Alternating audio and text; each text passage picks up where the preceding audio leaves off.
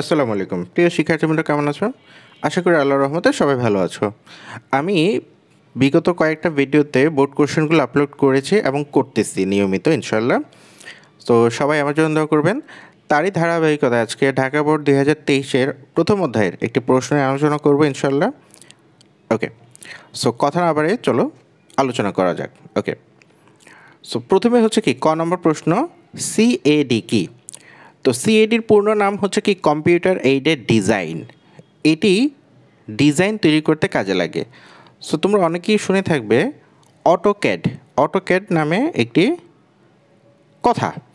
এই বিষয়টা হচ্ছে কম্পিউটারের মাধ্যমে সিভিল ইঞ্জিনিয়ার যারা তারা এই ডিজাইনগুলো করে থাকে, বিল্ডিং তৈরি করার আগে এই ডিজাইনগুলো তৈরি করে রাখে। অটোক্যাড নামে সফটওয়্যার দিয়ে এই ডিজাইনটা তৈরি করে। আচ্ছা, তো তোমাদের তো অটোক্যাড লাগবে না, তোমাদের শুধু এই সিএডি এটার পূর্ণরূপ মনে রাখতে পারলেই হবে।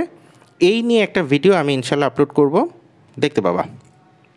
সকল সংক্ষিপ্ত নামগুলো একত্রে থাকবে, ঠিক আছে? ওকে, তো সিএডি হচ্ছে কি কম্পিউটার এইডেড ডিজাইন। ওকে, খ নম্বর প্রশ্ন কি বলছে, আচরণিক ডেটা কাকে বলে বা ব্যাখ্যা করো। আচরণিক ডেটা যে প্রযুক্তির মাধ্যমে মানুষের আচরণ শনাক্ত করে সেই ব্যক্তিকে চিহ্নিত করা যায় তাকে আচরণিক ডেটা বলা হয়। আচরণিক ডেটাটা কি?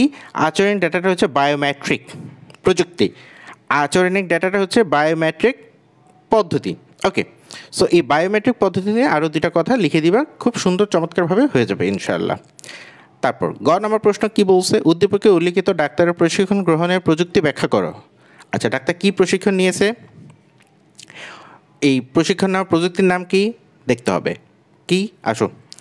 ডাক্তার জেসি দেব নিয়ন্ত্রিত তাপমাত্রায় চিকিৎসা পদ্ধতি, নিয়ন্ত্রিত তাপমাত্রায় ক্রায়োসার্জারি কথা নিয়ে আসবে।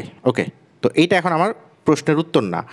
তো নিয়ন্ত্রিত তাপমাত্রায় চিকিৎসা পদ্ধতি সম্পর্কে বিশেষ প্রশিক্ষণ গ্রহণের জন্য জাপান গিয়েছেন, ভালো কথা। বিশেষ ব্যবস্থায় কম্পিউটার নিয়ন্ত্রিত পরিবেশ থেকে তিনি এই চিকিৎসা পদ্ধতি সম্পর্কে বাস্তব অভিজ্ঞতা অর্জন করেছেন এবং দেশে ফিরেছেন। এখন তার কাছে রোগী এলে তিনি বিশেষ কিছু জটিল রোগের অপারেশন সফলতার মাধ্যমে চিকিৎসা পদ্ধতি প্রয়োগ করে থাকেন।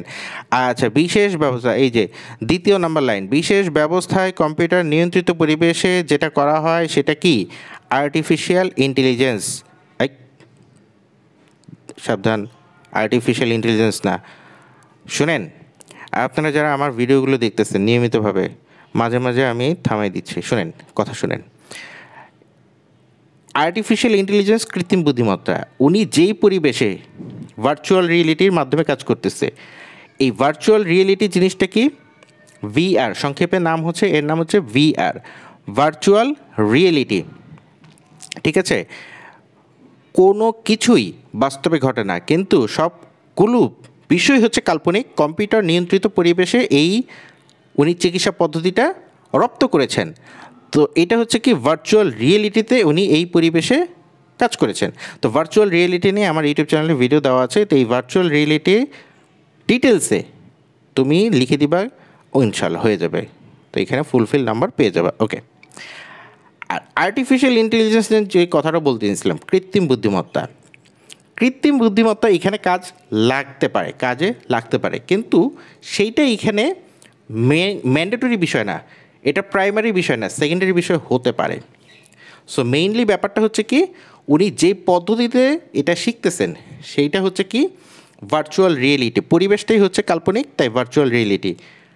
আর আর্টিফিশিয়াল ইন্টেলিজেন্সের কথা তুমি আনতে পারো, কিন্তু শুরুতে না, পরের স্টেপে। ওকে, এভাবে প্রশ্নটা সাজাবা। তুমি যখন দেখবা প্রশ্নটা খুব ছোট হয়ে যাচ্ছে, সো তখন আরও একটা টেকনোলজির কথা সাথে সাপ্লিমেন্টারি অ্যাড করে দিতে পারো, সেটা ভিন্ন ইস্যু। ওকে, এখানে কোনো অসুবিধা নেই, নাম্বার পাওয়ার ক্ষেত্রে কোনো জটিলতা হবে না ইনশাল্লাহ। ঘ নম্বর প্রশ্ন, পরের প্রশ্নতে চলে এসেছি।